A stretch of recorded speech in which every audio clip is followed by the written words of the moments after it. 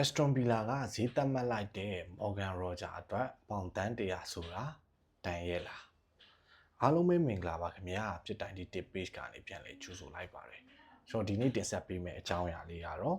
ကျွန်တော်တို့ဒီ Aston Villa ကစားသမား Morgan Roger ပေါ့နော်ကျွန်တော် United ကခေါ်ယူမယ်ဆိုတဲ့သတင်းတွေတက်လာတဲ့နောက်ပိုင်းမှာကျွန်တော် Morgan Roger ရဲ့အကြောင်းလေးတွေကိုနည်းနည်းလေ့လာသုံးသပ်မိတယ်ပေါ့နော်အဲ့ဒီလေ့လာသုံးသပ်မိတဲ့နောက်မှာခေါင်းစဉ်3ခုနဲ့ကျွန်တော်ခွဲခြမ်းပြီးမှကျွန်တော်ပြောပြပေးသွားမှာဖြစ်ပါတယ်ပထမဆုံးအကြောင်းအရာလေးကတော့လက်ရှိကစားသမားရဲ့စွမ်းဆောင်ရည်နဲ့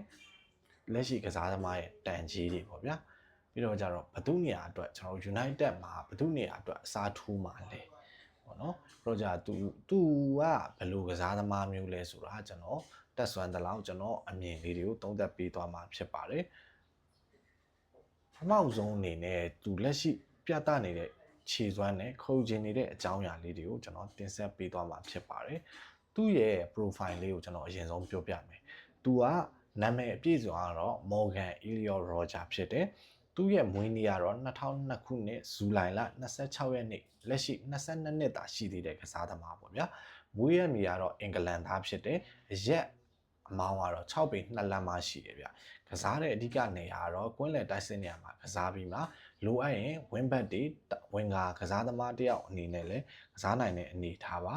သူ့ရဲ့ငယ်ဘဝဖြတ်သန်းမှုကယ်ရီယာကတော့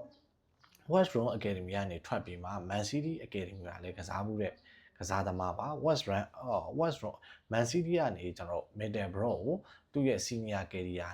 ဖြစ်နေ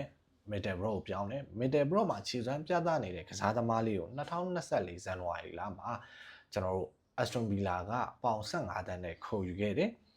သူ့ရဲ့ခန္ဓာကိုယ်ကြီးပြီးမှပြေးအားတိုးအားကောင်းလာဖြစ်တဲ့အတွက်သူ့ရဲ့တိုက်စစ်နောက်ချန်တိုက်စစ်နေရာမှာအကောင်းမွန်ဆုံးခြေစွမ်းပြသ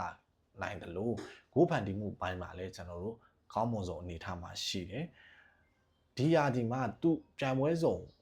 ဂိုးပါဝင်ပတ်သက်မှုကတော့တွင်းဂိုးကတော့8ဂိုးအထိရှိပြီးမှကျွန်တော်တို့ဂိုးဖန်တီးမှုက9ချိန်အထိရှိတယ်73ဂိုးပါဝင်ပတ်သက်မှုရှိတယ်ဒါသူ့ရဲ့လက်ရှိရာဒီပြသနေတဲ့အခြေစွမ်းပေါ့ဗျာဒါကတော့သူ့ရဲ့အချက်လက်လေးတွေပေါ့ဒါသူ့လက်ရှိခြေစွမ်းကကြတော့ဘယ်လောက်ရှိမလဲပေါ့နော်လက်ရှိပေါက်ဈေးကကျွန်တော်တို့ပေါင်တန်း50 60ဝန်းကျင်မှာရှိတယ်ဒါပေမဲ့လက်ရှိခေါ်နေတဲ့ Aston Villa ကတော့ပေါင်တန်း100အထိခေါ်နေတယ်သူတို့ကဒါဒုတိယမြောက်ကစားသမားဖြစ်လာမလားပေါ့နော်ပြည်တိန်စံချိန်တင်ပြောင်းရွှေ့ခြင်းပေါင်တန်း100ကျော်ရရှိခြင်းနေတဲ့အနေအထားကျွန်တော်တို့အရှိမကျွန်တော်တို့ဟိုပါပေါ့နော်ကစားသမားတရားကိုနေဟိုဖြစ်ထားတယ်ရောင်းချထားတယ်ပေါင်တန်း100ကျော်နဲ့ Grealish ကိုတင်ပြထားတယ်ရောင်းချထားတယ် Grealish လိုပဲဒုတိယ Grealish ပေါ့နော်အဲ့လိုမျိုးတန်ကြီးရချင်နေတဲ့အနေအထားမှာရှိတယ်ပေါ့ဒုတိယခေါင်းစဉ်ဘသူနေရာအတွက်အဓိကကစားဖို့အစားထိုးမလဲပေါ့နော်ဘသူနေရာအတွက်အစားထိုးမလဲဆိုတဲ့အကြောင်းအရာလေးအောက်မှာကျွန်တော်တင်ဆက်ပေးသွားမှာဖြစ်တယ်သူကတောင်ပန်ကစားသမားစစ်မဟုတ်ဘူးနံပါတ်10 rule နေရာမှာကစားတယ်အကောင်းမွန်ဆုံးကျွန်တော်တို့ဟိုနောက်ခံလူတွေဗျာကျွန်တော်ခံစစ်ပိတ်တဲ့ကစားသမားတွေခြားထဲမှာဆွဲဝင်တိုးထွက်ကစ်တဲ့ကစားသမားအဲ့လိုပေါ့ဗျာအနည်းဆက်ဆုံးညီကိုတို့မြင်အောင်ကျွန်တော်ပြောပြရရင်ကျွန်တော်အဓိကကွန်ညာပေါ့ဗျာကျွန်တော်အခုကွန်ညာကစားတဲ့ပုံစံနဲ့တစ်ထပ်သေးလို့ပြောလို့ရတယ်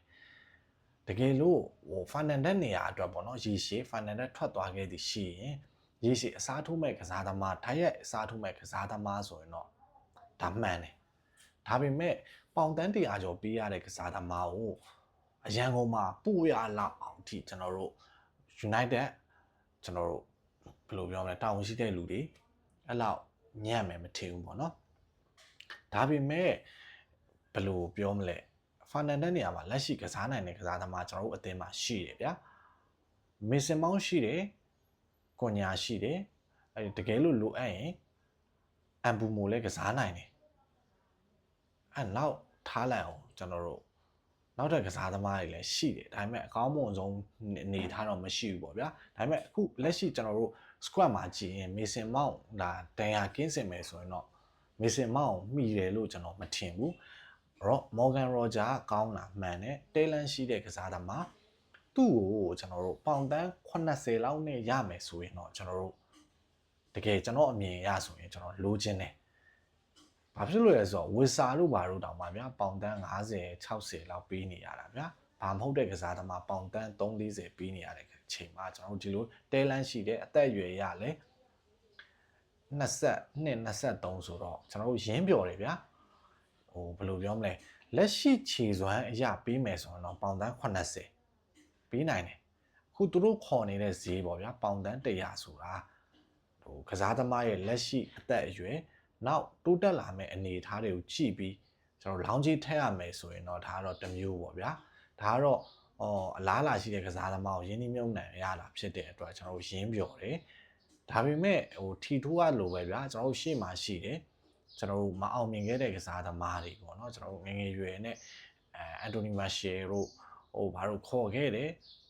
ဖာဂူဆန်လာထက်တော့ကဆို BP တို့ဘာလို့ခေါ်ခဲ့တယ်ဒါပေမဲ့ကျွန်တော်ထင်တယ်လို့အောင်မြင်မှုမရခဲ့ဘူးပေါ့ဗျာအဲ့ဒီအတွက်ကြောင့်ကိုညီကိုတွေရောတကယ်လို့ Morgan Roger ပေါင်တန်း100ဆိုရင်လိုချင်ကြလားသူ့နေရာမှာဘယ်လိုကစားသမားမျိုးတွေကိုကြိုက်လဲဘယ်လိုကစားသမားတွေကိုစားထိုးစေခြင်းလဲကိုညီကိုတွေအမြင်ကိုသုံးသပ်ပေးသွားပါဦး comment အောက်မှာကျွန်တော် comment ပေးသွားလို့ရပါတယ်ကျွန်တော် YouTube ကကြည့်နေတဲ့ညီကိုတွေဆိုရင်တော့ subscribe လေးနဲ့အသေးလေးနဲ့ကျွန်တော်တို့လက်မလေးနဲ့ပတ်စံမကုန်တဲ့လက်မလေးကိုပေးစီချင်ပါတယ်ခင်ဗျာ Facebook နဲ့ TikTok မှာအားပေးတဲ့ညီကိုတွေဆိုရင်တော့ like and share လေးနဲ့ကူညီပေးကြပါအောင်ကျွန်တော်တက်နိုင်ဆုံးကျွန်တော်ဒီချိန်ကစပြီးမှကျွန်တော် Manchester United သတင်းတွေကို update ဖြစ်အောင်အများအားတင်ဆက်ပေးသွားမှာဖြစ်တယ်ကြည့်ရှုပေးတဲ့တယောက်ချင်းစီတိုင်းကိုကျေးဇူးအထူးတင်ရှိပါတယ်ခင်ဗျာကျွန်တော်ဒီပြစ်တိုင်းဒီ page လက်ကနေကျွန်တော် free တက်လေးလည်းအများအားတင်ပေးထားတာဖြစ်လို့ကျွန်တော်လာရောက်အားပေးကြပါအောင်လို့ကျွန်တော်ဖိတ်ခေါ်ရင်းနောက်နေ့မှာထပ်တွေ့ပါမယ်အားလုံးပဲခွတ်လက်ပါခင်ဗျာ